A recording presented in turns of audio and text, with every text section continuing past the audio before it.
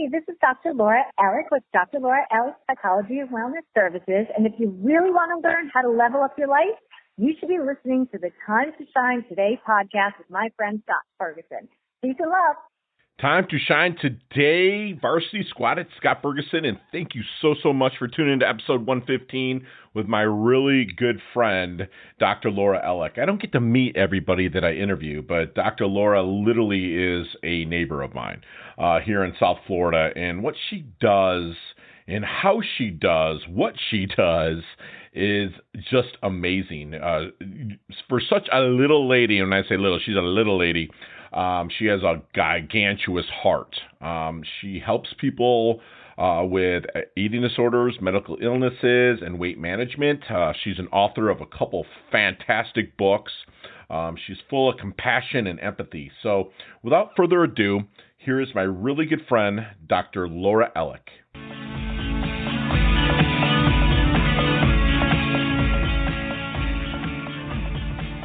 Hey, time to shine today, Varsity Squad. I am here in nice, sunny South Florida where the person I'm interviewing should be.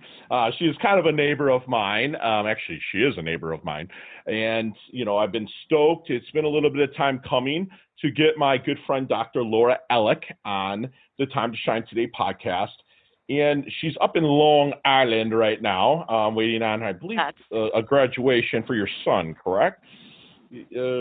Yeah? Okay. And that's correct, yeah. Awesome. So we're going to get high school graduation, yeah. Yeah, it's huge, and it's so crazy what things are going on right now because we're still up there. There are a lot more quarantine than we are here in South Florida. But again, I'm really stoked to have my good friend Dr. Laura on. She's a life coach and licensed psychologist in both New York and Florida. She works with all types of clients, but has a special expertise in eating disorders, weight management, and medical illness. She's a speaker and presenter and runs online and in-person workshops. Her second book, Wisdom of the Universe, will be out this year. So, Dr. Laura, I'm going to have you come on and introduce yourself to the Time to Shine Today squad. But first, what is your favorite color and why? Purple. Purple. Purple has always been my favorite color. That was easy. If that's the easiest question we get, I'm happy here. So yeah, purple's always been my favorite. I find it soothing. And it's royal and regal too. And it's royal and regal. And I just put my new logo out, and it's purple. What? I can't wait to see it. And so we'll get to a little bit later. But are you dropping a book in this month or? I am. It should be out by the end of this month. I'm really excited. Yeah. Perfect. Because from the time of interviewing, it's about a month delay to get it out there. So, folks, you're listening to this, check the show notes right now because her book will be there. Okay. So, Dr. Laura, let's get into the origins here of you and how you got started and kind of take us from Miss Laura from maybe childhood up through becoming a doctor. Awesome. All right. So that's a little bit of a long journey. I'm not going to say how old I am, but that's a little bit of a long journey. I mean, I was just always like the sensitive kind of kid, concerned about everyone's feelings, didn't want anybody to be hurt, knew that I was going to somehow find my way into this field. When I got to college and I took my Intro Psych 101 class, it was the only textbook where I read ahead every week. I just had to keep learning more and more and more. And I would read the same chapter over and over because I would always get something different out of the chapter. So I knew that that's what I was going to focus on. In terms of the area that I was going to focus, it was pretty interesting because on my dorm floor, there were 18 girls, and 6 out of 18 girls had eating disorders. And I'm like, wow, that's 1/3. And these are people who admitted to having problems going on. So I'm sure that there were people who didn't say anything or people who were kind of under the radar a little bit. So I became very interested in eating disorders, and I started studying them from college on. Wow. And I knew a little competitive, a little type A, so I figured I wanted to go as high as I could go, and that was my PhD, and there you go. Did you have any eating disorders at all? I did. Interestingly enough, as I was studying it, I had my own issues, and I used what I was learning to actually kind of self-treat. So when I work with my clients and they say, wow, you really get it. Yes, I really get it because I know what Right. the mindset is like. Right. Yeah. So you've lived through it, so you can kind of share your story to help them level up as they go through their journey. Right. So how do people come to you then? If you don't like mind answering that, because it's, I have been in a relationship with somebody that had an eating disorder at a young age, is my first Right. love and actually my first wife. And we're still great friends to this day. Hi, Amy, if you're listening. But she had one, and it took me having to go, and she's okay with me sharing this, having to go into her closet and finding paper bags of throw up, right, and showing it to people for them to believe what right. I was saying. So how do Right. people kind of find you, Doc, and come to you?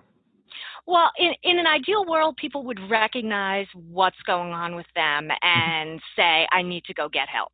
Oftentimes, it's a family member who, like you said, a spouse, a partner, a parent, oftentimes who recognizes that something's going on.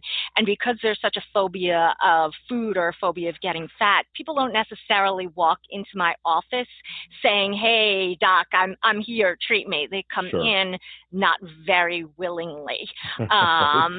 But once we start talking and once we realize how much food and eating is controlling their life, they really want to get rid of that. Sure. That's not thriving. That's not even surviving. And so, we can hook people in that way by just realizing how much of their life is controlled by food and eating.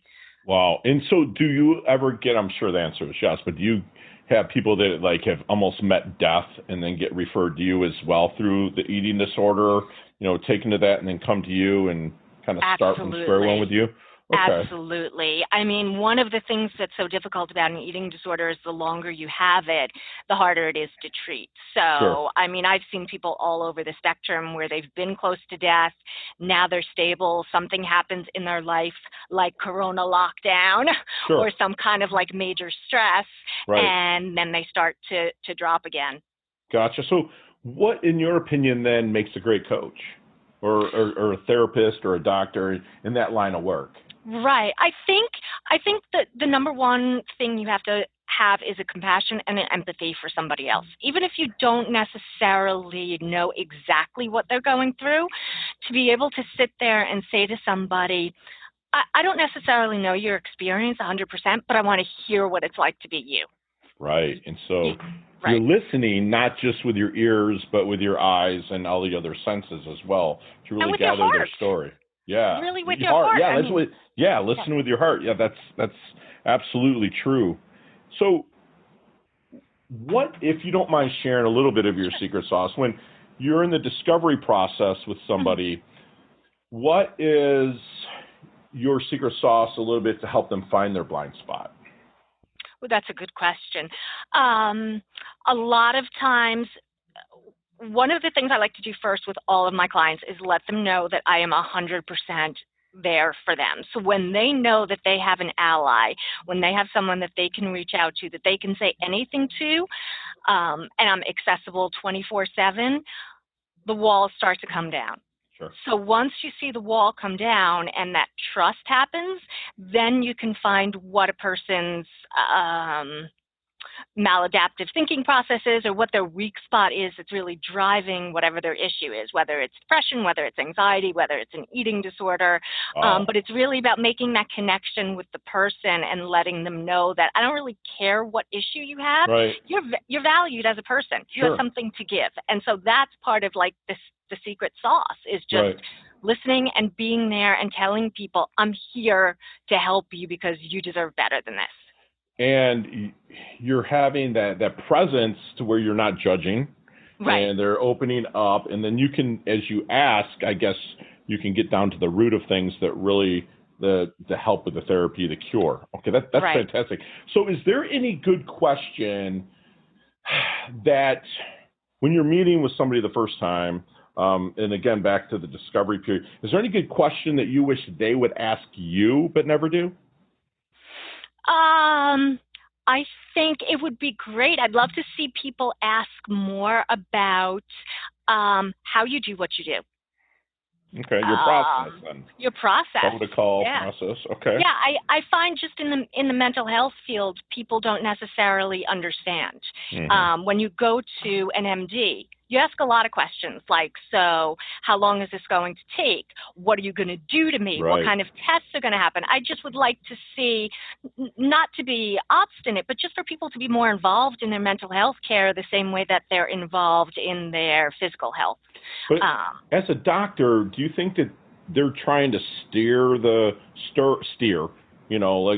a car? And if you're listening, I just made the hands on the steering wheel. Steer you in a direction, or you're smart enough to know that and then still kind of add it into their cure, for a lack of a better term? You know what I'm saying? Like, a lot of people will come in, like when I go see my doctor, I do see, I suffer from PTSD, overseas and whatnot. I kind of went in and asked, kind of that question. Yeah. But my alphaness, like you, I tried to hear that. Yeah. In the direction of where I wanted to hear things, but he's good, so he didn't. Do you find patients maybe kind of trying to do that when they first meet you? Absolutely. I think anything that you get in a conversation with someone is more grist for the mill. So if you open an area of conversation, sure. It's all information that you can use to find out more about the person. So if you're dealing with someone who's an alpha, maybe part of their issue is going to be control, and so that's going to be something that you're going to wind up working with. And it could sure. be control, not to be like a controlling person, but sure. just because it makes them feel safe to try to control the situation. Absolutely. So anytime you have a conversation with someone, you can get a lot of valuable information. And we use it all. Have you failed with a patient? Yes. Okay. Oh, how do yeah. you handle that, and how do you come back? I think you have to understand that in this field, like in any medical field, there are going to be people who just don't respond. People who, for whatever reason, whether it's genetically, whether they're just not there at the spot yet where they need help, they just are not ready to receive it. And so sometimes we just make an agreement that it's like a not now thing, and you can come back if you want to, but I can't say that I feel good about it. I always wonder what happens to people. Did they eventually come back? Did they find somebody else? Sure. Maybe it's just not a good personality match. And that happens sometimes too, but it's hard not to take it personally. Exactly. I was just going to ask. Thank you for being so candid and transparent and open with that. So we're going to get into our DeLorean with Marty McFly right now. We're going to go back to the 22-year-old, which, by the way, she said that she doesn't want to disclose her age. But if you're watching this on YouTube, she is a very young, vibrant-looking, beautiful woman. So don't let her fool you if you're just listening. But let's get into that hang out with Marty McFly. Let's go back to the 22-year-old Dr. Laura, which you might not have been a doctor yet, but again, right. Let's go back to Laura at that time. And what kind of knowledge nuggets are you dropping on her to maybe help her blast through some learning curves and whatnot with the knowledge and wisdom you have now? Keep on going. Never give up. On. Just keep pressing on, and also just relax. Just relax, girl. It's going to work out. Like, it's going to work out. I know I wasted a lot of time in my early 20s with anxiety and how do I do this and how do I do that? And you know what? It all winds up working out. So right. I could have saved myself a lot of energy, a lot of lost sleep, just reassuring myself that it was going to be okay, right. and that there's always a way. I'm coming up on 50, and I still have to remind myself that. That was part of like what you were talking about, patience control. Yep. It's like, man, just relax, chill. You know what you had to do, and just keep progressing, and inch by inch, it's a cinch, is what we like to say here at Time to Shine. So you've accomplished so much in your life. Is there any big BIG thing that you really want to have happen as you start to kind of leave your legacy out there? Oh man, yeah. I'm ready to talk at MSG. Are you coming? Let's go. Let's go. Let's go. Yeah, I really want to put things out there. I love working one-on-one. I mean, that's how I started. That's a passion. But you don't touch as many people as you would if you were in a group format. That's why I like to write books, because I like to touch people in different ways and reach as many people as possible. I want to go big. That was the other thing I would tell my 22-year-old self that I've learned is go big or go home. This is There you like go. the one life you have to live. Make it the best one that you possibly can. So I'm looking to get out there. That's my goal. Oprah, like, call Okay. me. Let's go. Let's do that. Yeah. So we talk a lot about the dash here at Time to Shine Mhm. today. And, I really want to know how you want your dash remembered, that little mark between your life date and death date.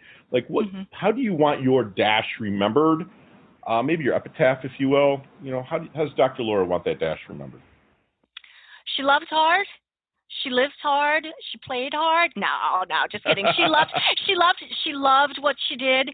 She worked for everybody, and she tried to do the best that she could every single day. And Love it. I think that's what I try to do every single day is I just try to spread a little love, spread a little happiness, maybe bring somebody a little bit of relief Sure. from their emotional drama. And if I've done that, it's a good day. Good for you. I love that. And you're doing it every single day. You're such a go-giver. So let's take our cell phone out of it. Let's take our computers, tablets, anything electronic out of it. What are 3 things Dr. Laura can't live without? Books. Okay. Tons of books. My music. So, I don't know. Can I say Walkman? Is that still technology? No, can't have that. No, can't have that. You could have it. You could have it. So we'll go back in the past. So definitely music. Okay. And definitely my kids. Kids, love it. How many kids you got? I got 3. Yay! Awesome sauce. Very cool. Are they coming down to South Florida with you? I have one who's going to play lacrosse at Kaiser. What? So he's getting ready to launch, and nice. 2 others who are behind there. So, but they'll be down for the summer. Yay! Awesome sauce. Can't wait. So, what is your definition of a life well lived? I think a life well lived is one that's lived fully. That means you've taken every experience that life has given you, and you've really sucked the energy out of it, meaning that you've lived every experience that's come to you. This world is really like a playground for adults. There are so many places to go, so many things to do. Do as much as you can, but also give as much as you can. Love it. So we want that balance between the giving and taking. That, to me, is a life well lived. It's like, why miss out, right. when you can partake? You right. know what I'm saying? Well, obviously there's morally and ethically, but still, well, of course, right. Let's partake in it. I love that. I love your energy about that, Dr. Laura. So as we wind things down just a little bit, I've got a leveling up lightning round. It's 5 or 6 questions. You and I could talk 30 minutes on each one of them, and maybe over coffee we can do that. But you get 5 seconds to answer. It's the first thing top of your head, no explanations. You ready? Okay. Awesome sauce. All right. What is the best leveling up advice you've ever received? Follow your passion. Love that. Share one of your personal habits that contributes to your success. Routine and brushing my teeth every day. There you go. Love it. So not the book you wrote or the couple of books you wrote, not the one you're reading now, not the flavor of the month, but what is a book that if, someone's come to you, they're in the doldrums, you really want to help them level up, what is, like mine is like The Traveler's Gift by Andy Andrews or The Go-Giver by Bob Burg. Like one of those 2 are like kind of really helped me out. What's that book for you? I could read over and over again The Gift of Fear by Gavin DeBecker. Wow, I've never read that. I'm going to put that in the show notes, people. Mm-hmm. What is your most commonly used emoji? The one where your head is blowing off. Okay, very cool, very cool. And not your age now, but what, if you could be one age for the rest of your life, what would it be? 27. Yeah, that's a fun age, right? Yeah. I always say 27 to 30 is like my jam because I'm starting to learn and get it, but I also was like feeling good every day. There you go. Even if I had a couple adult beverages the night before, So, what is your favorite charity and or organization you like to give your time and or money to? Tim Tebow Foundation. Love it. Love Tebow. Love him. You can catch him here in Jupiter when the Mets play. So oh my gosh, yes. They come here, because he's at that level. All right, so last question, it's kind of a toughie. What is the best decade of music? 60s, 70s, 80s, or 90s? 80s. I'm an 80s girl. 80, big hair, don't care. Love it. There you go. Me too. I'm an 80s person. So how can we find you, Doc? All right. So, well, you can find me walking around Palm Beach Gardens because I'm out there all the time. But you can find me. I got a brand new website up and running, www.lauraellick.com. Oh, wow. I did not know that. Okay. Yeah, brand new. Right now, add it to the show notes. Okay. Yeah, you can find me on Instagram at dr.ellick. Yep. And where else can you find me? You can text me. Always text me. Yeah. 516-635-6186. Love it. And also, you have an awesome LinkedIn page as well. Yes, and LinkedIn. And all that stuff will be in the show notes, peeps. And I just pulled up our website. It's pretty stellar. So, Doc, if you can, please leave the Time to Shine Today squad one last knowledge nugget you'd like them to take with them, internalize, and take action on. It is never too late to start over, and it's never too late to find and live your passion. Every day, every minute is an opportunity for you to restart, so don't let anything get you down. There's always a new beginning. Wow. And squad, I don't know about you, but I absolutely served a masterclass by Dr. Laura Ellick, my good friend here and neighbor, when she gets her butt back down. But like if you're on YouTube, you can see I just have notes galore, and you should too. Bottom line, Dr. Laura is easy to find. If you'd like to talk to her directly, just reach out to me, and I'd be happy to make a personal introduction. Her compassion and empathy is off the charts. She listens not only with her eyes and ears, but she listens with her heart. She's 100% present and makes herself an ally to her patients. She'll explain the protocol and process, but if she doesn't, or any doctor you're working with, ask them that. Don't try to steer the conversation. Ask them for the protocol and process of how they're going to help you level up. She would tell her younger self, and she reminded me, and hopefully she reminded you, to keep pressing on, relax, it's going to be okay. While you're doing that, go big or go home. And I know she said she was joking, but she does love hard, live hard, and plays hard. She spreads her love and happiness, and basically never be afraid to start over and live your passion. And she does that in spades. Dr. Laura, thank you so much for coming on. You're so humble, yet hungry. You're so leveling up your health, leveling up your wealth. You're part of our squad now. You can't go anywhere. So thank you so much for coming on, Doc. Thanks so much for having me. I appreciate it. Absolutely. Bye now. Hey, thanks so much for listening to this episode of Time to Shine Today podcast. Proudly brought to you by Sutter & Nugent Real Estate Excellence, who can be reached at 561-249-7266 and online at www.sutterandnugent.com. If you're a business owner or professional who would like to be interviewed on Time to Shine Today, please visit timetoshinetoday.com/guest. If you like this episode, please subscribe on Apple Podcasts, Google Podcasts, Stitcher, Spotify, iHeartRadio, or wherever you get your podcasts. There's a link in the show notes to our website. Also there, you will see our recommended resources. We hope that you will support our show by supporting them. If you like what you've been listening to, it'd be great if you could just give us a 5-star rating and tell your friends how to subscribe while you're at it. I'm your host, Scott Ferguson, and until next time, let's level up. It's our time to shine.